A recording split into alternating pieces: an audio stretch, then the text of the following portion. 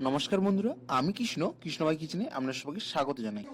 বন্ধুরা, আজকে আমি বানাতে চলেছি রাতের ডিনারের জন্য স্পেশাল একটা আলু মটরের ভাজি, বা আপনারা আলু মটরের ভাজা বলতে পারেন।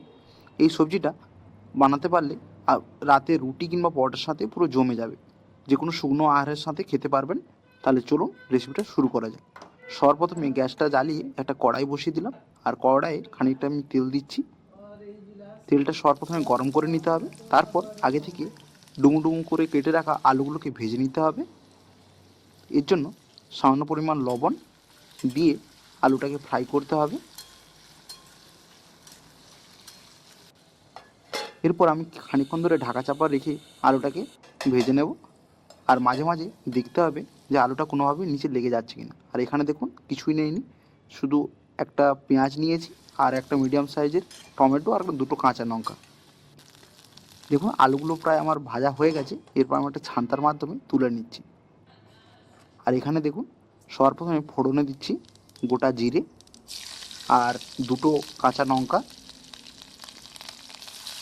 আর এরপর আগে থেকে কেটে রাখা স্লাইড করে রাখা পেঁয়াজগুলো উপর থেকে দিয়ে দেবো। পেঁয়াজটাকে এভাবে হালকা করে গোল্ডেন ব্রাউন করে ভেজে নিতে হবে।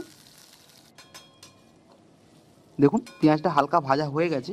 এরপর একে একে গুঁড়ো মশলাগুলো দিয়ে দেবো, যেমন আধা চামচ হলুদ গুঁড়ো, আধা চা চামচ লঙ্কা গুঁড়ো, আর আধা চা চামচ ধনে গুঁড়ো দিয়ে মশলাটাকে একটু কষিয়ে নিতে হবে। প্রয়োজন পড়লে সামান্য জল দিতে পারেন। আমি যেহেতু টমেটোটা দিচ্ছি, এর জন্য আমি কোনো জলের ব্যবহার করছি না, কারণ টমেটো থেকে জল বেরিয়ে আসবে। তো এরপর টমেটোগুলো দিয়ে দিলাম। এবার টমেটোটা বেশ করে কষিয়ে নিতে হবে। আর এর জন্য টমেটোটা গলে যাওয়ার জন্য স্বাদ অনুযায়ী লবণ দিচ্ছি, দিয়ে একটু খানিকক্ষণ ধরে নাড়াচাড়া করে এটাকে ঢাকা চাপা দিয়ে দেবো 2 থেকে 3 মিনিট মতো। দেখতে হবে কোনোভাবেই যাতে মশলাটার নিচে লেগে না যায়। আর এইভাবে যদি না টমেটোটা গলে যায়, তো এভাবে চামচ দিয়ে বা খুন্তি দিয়ে এভাবে কেটে নিতে পারেন। দেখুন মশলাটা পুরো ঘন হয়ে গেছে। এরপর আমি আগে থেকে খোলা ছাড়িয়ে রাখা মটরগুলোকে আমি দিয়ে দিচ্ছি, দিয়ে এইভাবে মশলাটার সাথে মটরটাকে বেশ করে কষিয়ে নিতে হবে। তো বন্ধুরা, এই রান্নাতে আমি কোনো জলের ব্যবহার করছি না, যেহেতু আগেই বলেছি এটা আলু মটরের ভাজি হচ্ছে, তো এর জন্য কোনো জলের ব্যবহার করছি না বন্ধুরা। তো এরপরে আগে থেকে ভেজে রাখা আলুগুলোও একসাথে দিয়ে দিলাম। প্রয়োজন পড়লে বন্ধুরা এভাবে ঢাকা চাপা দিয়ে রান্না করতে পারবেন, কিন্তু কোনোভাবেই জলের ব্যবহার করবেন না, তাহলে রান্নার টেস্টটা ভালো হবে। তো এইভাবে দেখুন। আর এদিকে বন্ধুরা কিছু আমি ধনে পাতা ছাড়িয়ে নিচ্ছি। এভাবে ধনে পাতাগুলো ছোটো ছোটো করে একদম বারিক সাইজে ছোটো ছোটো করে কেটে নেব,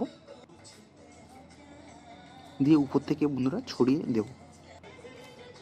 আর এতে বন্ধুরা আমি কিছু কাঁচা লঙ্কাও দিচ্ছি, যাতে খেতে ভালো লাগবে। তো এভাবে বন্ধুরা ঢাকা চাপা খানিকক্ষণ পরে খুলে দেখলাম যে বন্ধুরা আলুগুলো আমার সেদ্ধ হয়েছে কিনা। দেখুন আমার আলুগুলো তো যেহেতু আগে 80% মতো ভাজাই ছিল, তো এই জন্য, আর ছোটো ছোটো আলু কেটেছি, তো এই জন্য কোনো অসুবিধাই হয়নি। আলুগুলো প্রায় আমার সেদ্ধ হয়ে গেছে। আর এরপর আমি উপর থেকে ধনে পাতা আর কাঁচা লঙ্কাগুলো ছড়িয়ে দিলাম, দিয়ে এবারে খানিকক্ষণ ধরে নাড়াচাড়া করতে হবে, আর গ্যাসের ফ্লেমটাকে ঢাকা দিয়ে রেখে দিতে হবে। তো বন্ধুরা ফাইনালি আমার রান্নাটা পুরো সেট হয়ে গেল। তো আপনারা অবশ্যই বাড়িতে একবার ট্রাই করবেন, আর ভালো লেগে থাকলে চ্যানেলটিকে সাবস্ক্রাইব করবেন। দেখা হচ্ছে নতুন একটা ভিডিও নিয়ে। ততক্ষণ ভালো থাকবেন, সুস্থ থাকবেন। ধন্যবাদ।